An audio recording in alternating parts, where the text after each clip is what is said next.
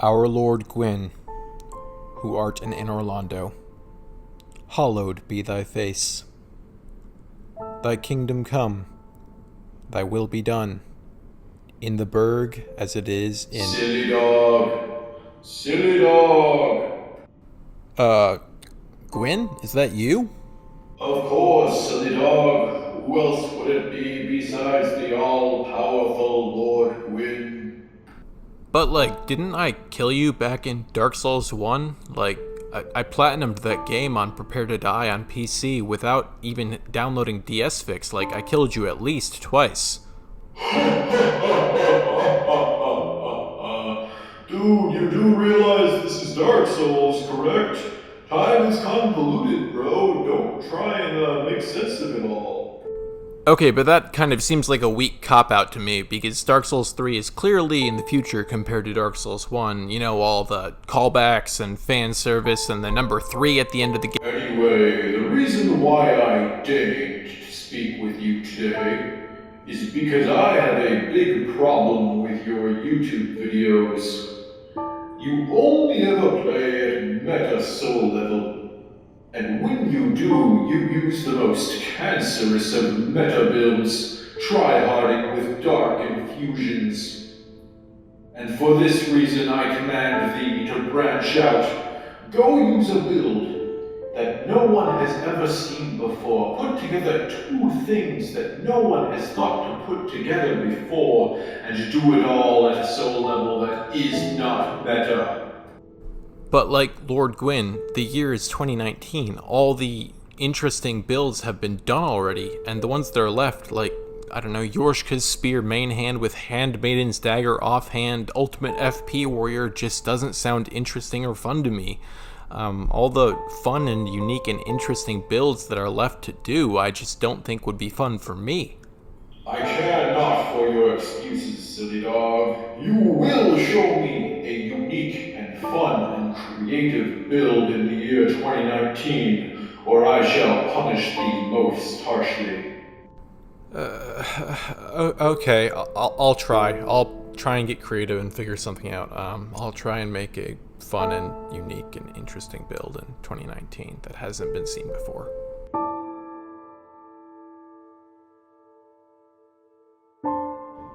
My Gwyn, silly dog. When I told you to create a unique and fun build, I certainly did not have this in mind. What sort of a plague have you brought upon Lothric? Hey everybody, welcome to my unique and fun soul level 40+4 twink build. It's Frozen Weapon on a raw grew curved sword. It's with min-maxed armor and disgusting levels of vigor and endurance. It's literally a raw build, but with 1 point in intelligence, and then a Scholar Ring swap to Frozen, so I can cast Frozen Weapon on the grew curved sword, combining probably the two most meta status effects at low level, Poison and Frostbite, onto one weapon. This shit is gross. It is really a just absolutely disgusting 1v1 build. Honestly, sometimes made me feel a little bit unclean, but do I care? Not a bit. That's an 850 damage pseudo combo plus proc poison on this dude, who is twinked out and was summoning blue, so don't feel bad for him at all, especially considering my Frostbite froze his Ethernet cable and instantly disconnected him from the game. This build's biggest weakness is probably against ganks. I mentioned on my buff builds video that the biggest weakness of a buff build is the fact that you can't really pressure a party, and you need to, because the optimal time to fight a party is when the buff is active. They can just essentially wait it out. Ether commented on that video that the general consensus for buff builds is that they're strong on weapons that can assert pressure. The examples he gave were DMB Scimitar and Darkblade Murky Hand Scythe, and I would agree in 1v1s, but I think in ganks, realistically, you can't really pressure multiple people, not in this game at least. You can let multiple people pressure you and then respond by switching to something appropriate defensively, but if you're going to use this weapon against a gank, you're going to rely on moments when you can separate people apart and divide them into 1v1s. This build is partially inspired by Derpy Turtle, who I'm sure would be horrified to know that he had contributed to the making of this abomination. But anyway, if you've never heard of the guy, he does this cool thing where essentially he's got a main hand Karthus curved greatsword, an offhand Irithyll straightsword, and then he buffs the Karthus curved greatsword with rotten pine resin. So he applies poison, frostbite, and bleed at the same time. And while it's not very effective, I would say, overall, it's not, the most effective you could be in terms of actually applying any of these status effects. There's something really intimidating and scary about watching 3 status effect bars grow across your screen simultaneously. Definitely exerts some very real pressure on your mind to watch that happen. I said before that one of this build's biggest weaknesses against multiple people. This is especially true defensively.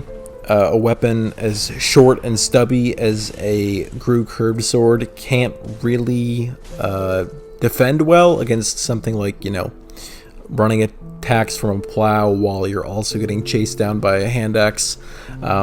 Just really tough to deal with a weapon as short as the Gru curved sword.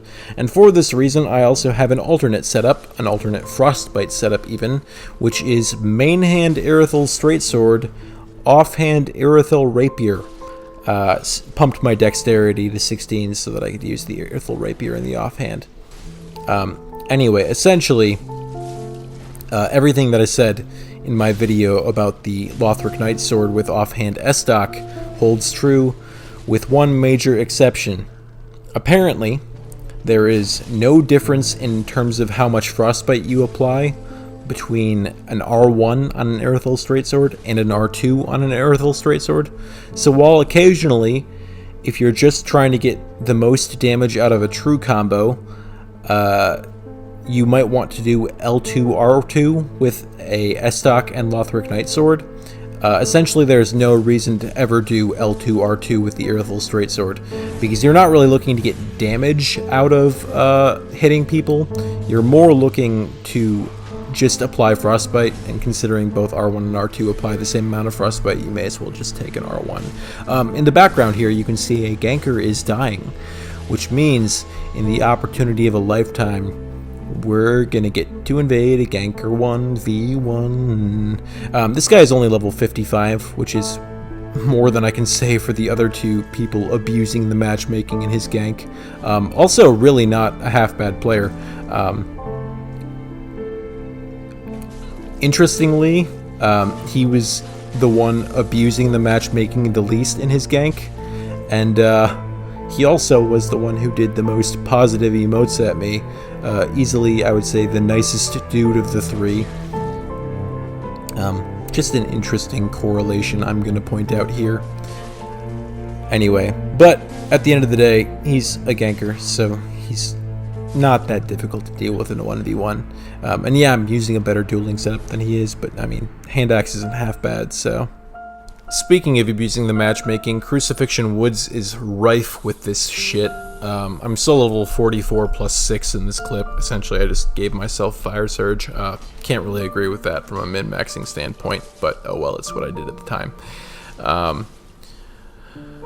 Otherwise, I'm assuming these guys, the host is at least plus 7, because I could not match with him as far as I could tell on when I was level 40 plus 4. I know he's level 63, but I could still invade that high on a 40 plus 4, so I would assume that his weapon was out of range of mine. But anyway, now I'm back on level 44 plus 6, and here to get abused by some more shitty matchmaking. Anyway, this Phantom is, as I said, 55, probably plus 6, and then the other Phantom is level 79, almost certainly plus 8, maybe even plus 10, I don't know. All I know is he has a Frayed Blade, which does a shit ton of damage per running R1, and also a Painting Guardian's Curved Sword, which can essentially 8-shot me with my extremely min-maxed armor and 30 vigor. Seems unreasonable to me in the swamp, 4th area of the game. But anyway, trying to find a way to finish this guy off, but it just doesn't happen. My co-invader dies, and now I'm about to panic roll a whole lot.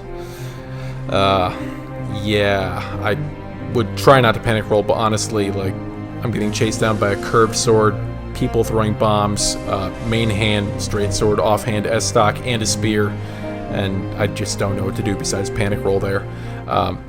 Phantom's gonna mock me by rolling on my corpse and calling out, hey. I'd just say it's easy to do that when you're in that chase down situation with no friendly fire and teammates with a straight sword, curved sword, all the fucking fast weapons. I just can't reaction roll all of them. Anyway. I also get parried a whole lot more at low levels. Though I guess you could argue that the host is level 63. It's technically mid-level now. But there's two real reasons for this. First of all, it's because I don't do that much damage, which means that I'm very intent on being aggressive and putting away people quickly. And in order to do this, I have to play in an aggressive and fast-paced way, which means I get parried more. The other reason would be that, you know, parries are fucking free. What's the worst case scenario? If you parry someone, you take 2 R1's worth of damage. Oh no, I took 250 damage. It's not like I could heal this up another, 6.5 times with my 7 Estus. Anyway, just parries are way too incentivized at this level, which is usually why I avoid this level. But you know what? I wanted to make a new character for Amish and Mocha's Dried Finger run, and I figured, you know what? Fuck it. Let's do some Crucifixion Woods invading on top of it. See if the place has become even more cancerous than I last checked. Speaking of Mocha, he invades, and we are about to push these dudes shit in. I get to 1v1, cocky, level 79 plus 8 at least Phantom, and Mocha's up to 1v1 Great Club host. Anyway, I get poked, I believe, here, but not before he goes to try and gank with his host. And anyway, Frostbite applied.